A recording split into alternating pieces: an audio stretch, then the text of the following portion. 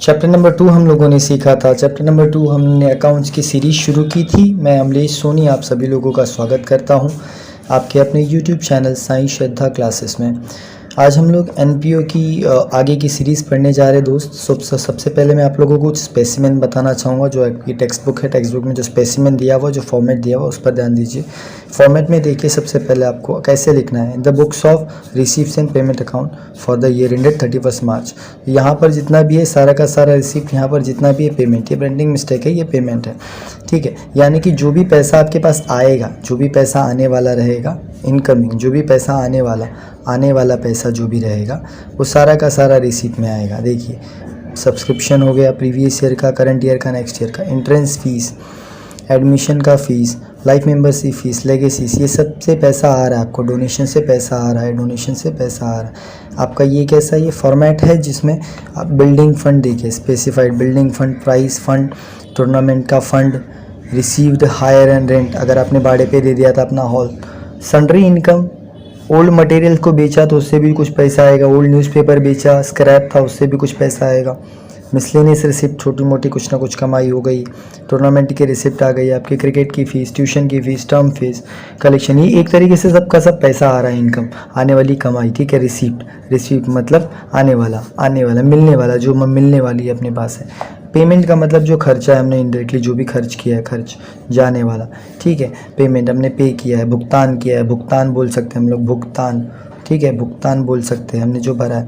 अब देखिए printing and stationery का खर्चा है ये, जनरल एक्सपेंसेस, छोटे मोटे खर्चे, बैंक लोन का इंटरेस्ट भर दिया, बिल, लाइट बिल भर दिया, ऑडिट का फीस दे दिया, टूर्नामेंट, वेजेस, मजदूरों को पगार दे दी, purchase of sports material, insurance, telephone, mobile expenses दे दिया, बैंक चार्जेस, पोस्टेज का खर्चा दे दिया, कन्वेंस, गाड़ी भाड़ा वगैरह दे दिया, एक्सपेंस, एनुअल फंक्शन कुछ फीस दे दिया, फिक्स डिपॉजिट दे दिया, परचेज ऑफ फर्नीचर का, बिल्डिंग, इन्वेस्टमेंट, न्यूज़पेपर्स, ये सारे का सारा जो भी रिपेयर खर्चा है, ये सारा का सारा रिसिप्ट पे खर्चा, ये आपका कैश है। इसको आपको ध्यान में रखना है कि कैश दिया रहता है आपको क्वेश्चन में, तो इसमें कुछ ये आपका पेमेंट का, ये आपका रिसीप्ट। तो चलिए यहाँ पर आपका रिसीप्ट एंड पेमेंट हो जाता है। अब हम लोग नेक्स्ट पेज पर चलते हैं। इनकम एंड एक्सपेंडिचर अकाउंट की बात देख लेते हैं। देखो इसके मीनिंग भी था। Income and expenditure account is a summary, एक समरी होता है रेवेन्यू इनकम का। रेवेन्यू इनकम या रेवेन्यू एक्सपेंस जो होता है उसका समरी होता है। समरी मतलब एक छोटे में पूरी स्टोरी होती है। प्रॉफिट एंड लॉस, इसको एक हिसाब से प्रॉफिट एंड लॉस अकाउंट भी आप बोल सकते हो, नॉमिनल अकाउंट भी आप बोल सकते हो, not for profit concern. Prepare income and expenditure account, ये इनकम एंड एक्सपेंडिचर एनपीओ में क्या बनता है, इनकम एंड एक्सपेंडिचर अकाउंट बनता है, ठीक है। इसमें revenue expenses losses of the current year debit में लिखे जाते हैं और revenue income gains of the current year credit side में लिखा जाता है। जितना भी कमाई हुआ रहेगा, गेन हुआ रहेगा, वो क्रेडिट में आएगा और जितना भी खर्चा हुआ रहेगा, नुकसान रहेगा, वो डेबिट में आएगा। ये मीनिंग होगी इनकम होती क्या है sir. Income and expenditure account only revenue income, जैसे कि इसमें गेंस, जो भी चीज़ें आ रही है, आवक की रकम, करंट पीरियड क्रेडिटेड, जैसे कि सब्सक्रिप्शन का पैसा, इंटरेस्ट ऑन इन्वेस्टमेंट रिसीव मिल गया, सन्डे रिसीव, छोटे मोटे पैसे मिल गए, जनरल डोनेशन रिसीव हुआ, ट्यूशन फीस मिला, इनकम रिसीव हुआ प्रीवियस ईयर का, पिछले साल का, फॉर द नेक्स्ट ईयर के लिए भी not taken in the account. Next year के लिए और पिछले साल वाला, अब पिछले साल वाला और आने वाले साल का कोई भी अगर इनकम रहेगा तो उसको हम लोग कंसिडर नहीं करते, we will not considering it. आगे देखते हैं। यहाँ पर लिखा हुआ है कि भी करंट ईयर वेदर रिसीव्ड और not received during the previous year are taken into the account. On other hand outstanding जो इनकम होता है, प्री रिसीव्ड इनकम होता है, वो करंट ईयर आर कंसीडर, जो भी करंट ईयर में रहेगा उसको हम कंसीडर करेंगे। आगे के साल का, पीछे के साल का, बीत गया वो साल और आने वाला साल, उसको हम लोग कंसीडर नहीं करते। एक्सपेंडिचर की बात करें तो एक्सपेंस होता है, इसमें भी डेबिट होता है इसके अकाउंट में, सारे आइटम्स नॉट प्रॉफिट में इसको बनाया जाता है। एक्सपेंसेस पेड, जो भी खर्चा पिछले साल में दिया या अगले साल का देगा उसको नहीं लेंगे हम लोग, ठीक है, not taken in the account. और all expenses pertaining to current year या फिर एक्चुअली पेड और not paid during the previous year, current year का जो भी खर्चा है वो पेड किया है या नहीं पेड किया है करंट ईयर का, not paid during the previous year और current year are taken into the account, नहीं दिया है वो उसको अकाउंट में लेते हैं, ठीक है। यहाँ पर ये सारी चीज़ें आपको ये देखिए, ये ध्यान में रखने वाली कि अगर सरप्लस एडिट किया जाएगा कैपिटल फंड में और if there is a deficit तो उसको डिडक्ट किया जाएगा कैपिटल फंड में से। सिंपल। कैपिटल फंड क्या होता है, वो पैसा जो धंधे में लगाने के लिए, बिजनेस को चालू करने के लिए किया गया था। ये कुछ फीचर्स हैं। ये नॉमिनल अकाउंट होता है, इनकम एंड एक्सपेंडिचर अकाउंट, ठीक है। ये रिकॉर्ड रेवेन्यू एक्सपेंसेस रखा जाता है, इनकम करंट ईयर का ओनली, प्रॉफिट एंड लॉस बनाया जाता है, सरप्लस पता करने के लिए बनाते हैं हम लोग, ठीक है। ये सारी चीज़ें कंपनी में बैलेंस शीट भी बनाया जाता है। It has no opening balance नहीं होता है इसमें किसी भी तरह का। कैपिटल फंड होता है। All cash are recording as well as non cash items are related to the current period, जो भी करंट पीरियड का हो, salary paid, outstanding, bad debts, depreciation, ये सारी चीज़ें एग्जाम्पल के तौर पर दे दिया है आपको। स्पेसिमेन फॉर्मेट में देखिए साफ साफ दिखाया गया, इनकम एंड एक्सपेंडिचर अकाउंट को बना के दिखाया गया है। सैलरी पेड अगर लास्ट ईयर का पेड है तो उसको लेस करेंगे माइनस, और अगर नेक्स्ट ईयर के लिए पेड है, paid for the next year, उसको भी लेस करेंगे। आउटस्टैंडिंग जो रहेगा उसको ऐड करेंगे, outstanding will be added, outstanding expenses will be added. Prepaid for the last year, अगर प्रीपेड रहेगा लास्ट ईयर का तो वो भी ऐड किया जाएगा, लेकिन paid for the last year और paid for the next year दोनों को लेस कर देंगे।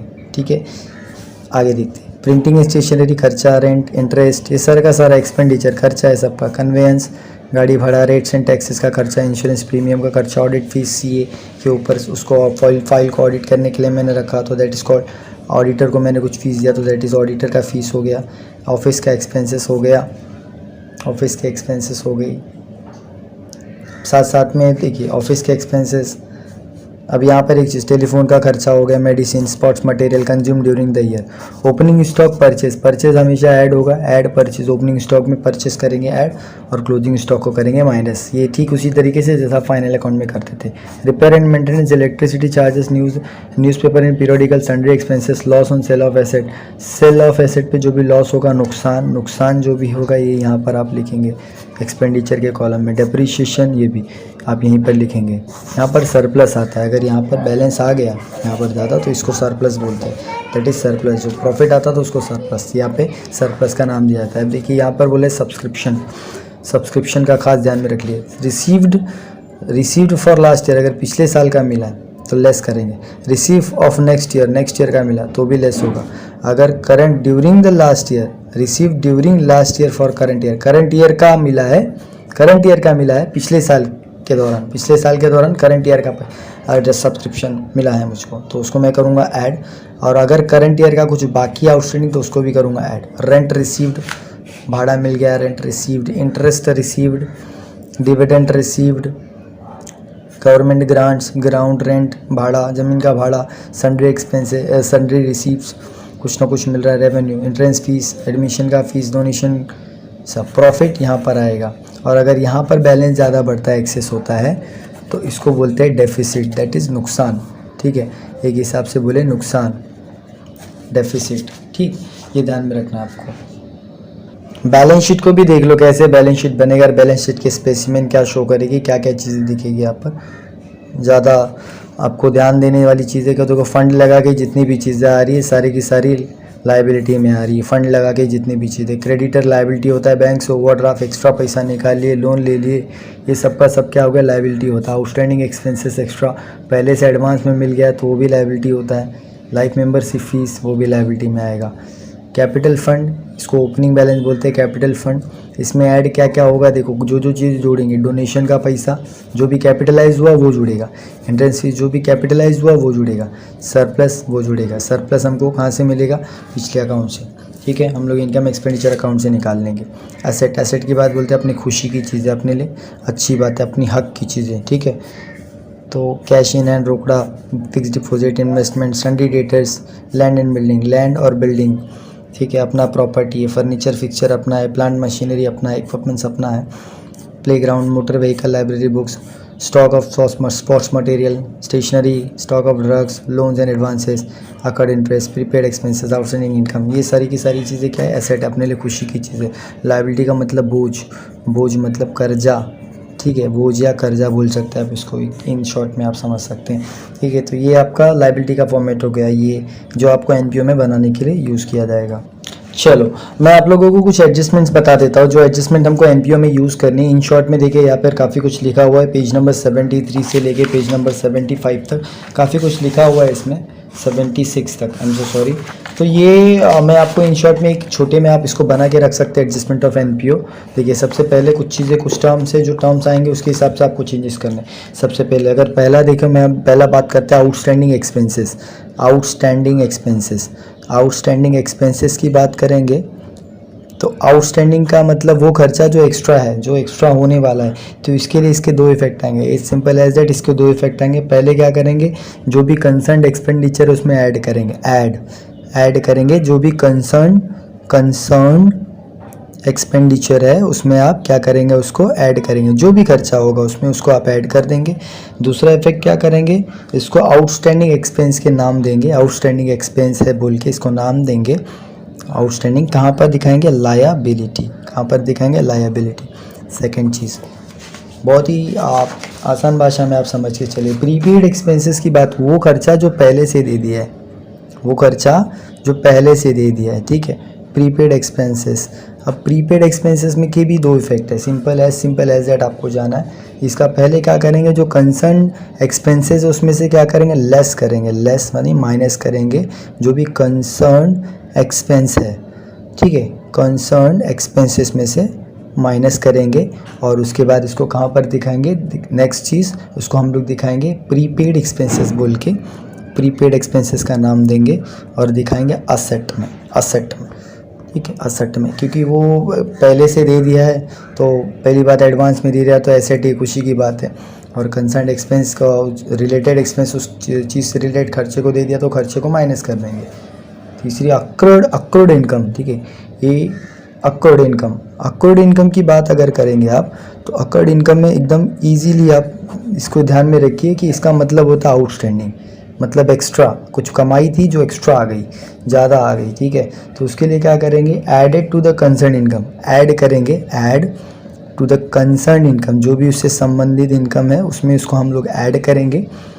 देन एक इफेक्ट हो गया। तो दूसरा इफेक्ट आप क्या बोल रहे हैं, आउटस्टैंडिंग इनकम का नाम देके एसेट साइड में लिखेंगे।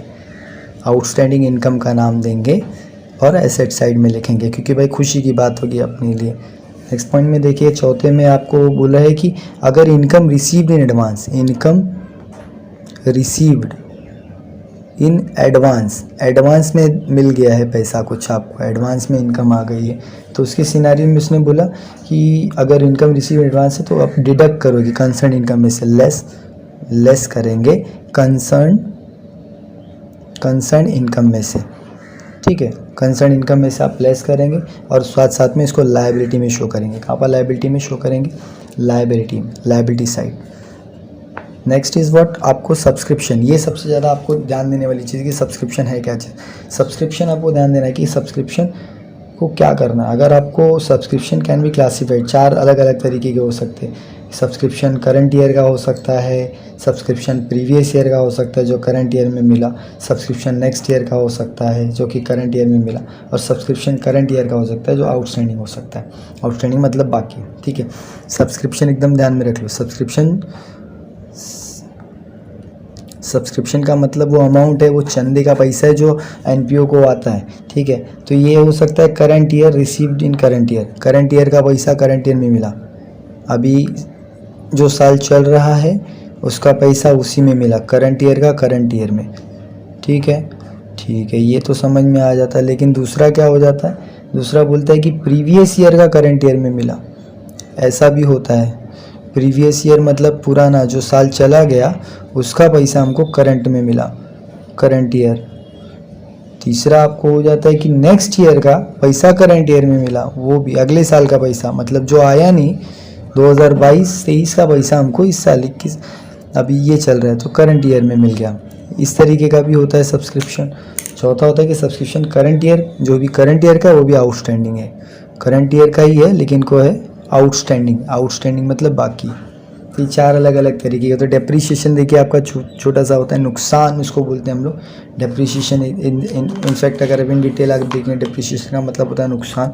तो डेप्रीशिएशन के लिए सीधा बात है कि डेबिट साइड, जो भी इनकम एंड एक्सपेंडिचर अकाउंट है उसके debit side, debit of income and expenditure account, और उसके साथ में यहाँ पर डिडक्ट करेंगे फ्रॉम द कंसर्न एसेट में से लेस करेंगे। सिंपल, आपको ध्यान में रखने वाली चीज़ है, ये आपने पहले से कर लिया। कैपिटलाइजेशन, ये एक टर्म है जो आपको ध्यान में रखना है, कैपिटलाइजेशन ज़्यादा सोचो मत क्या होता है सर, ये एकदम एज सिंपल एज दैट, इसको माइनस कर देना रहता है, जितना भी परसेंटेज बोलेगा उसको माइनस कर देने का। इसके साथ साथ दो चीज़ है, मोस्टली एंट्रेंस फीस करके देता है। तो देखो यहाँ पे एक एग्जांपल दिया, फॉर एग्जांपल चलो एंट्रेंस फीस 50,000 है, ठीक है, this is what entrance fees. तो अभी क्या हो गया, इस पर बोला है कि इसको कैपिटलाइज कर दो। कैपिटलाइज कर दो कितने परसेंट से, 10% से या 20% से। तो जब आप कैपिटलाइज करेंगे, समझो अगर 20% से अगर आप कैपिटलाइज करें, 50% समझ लो, 50% से मतलब इसको माइनस कर दो 25,000, तो माइनस कर देंगे तो फाइनली कितना बचेगा, 25,000, एज सिंपल एज दैट। तो ये इसको क्या करेंगे, it will be treated as revenue income. इसको क्या बोलेंगे हम लोग, रेवेन्यू इनकम। और इसको इनकम एंड एक्सपेंडिचर अकाउंट के इनकम एंड एक्सपेंडिचर अकाउंट में क्रेडिट में लिखा जाएगा, ठीक है। इसको क्या बोलते हैं, रेवेन्यू इनकम, रेवेन्यू इनकम, ठीक है। तो ये आपको ध्यान देने वाली बात है, कुछ टर्म्स इसमें आपको, और बाकी की चीज़ें आपको प्रैक्टिकल सेशन में हम लोग सम करेंगे तो हमको समझ में आएगी, ठीक है। तो नेक्स्ट लेक्चर में मिलेंगे, नेक्स्ट वीडियो मिलेंगे, तब तक आप लोग अपना ख्याल रखिए और खुश रहिए। Thank you so much.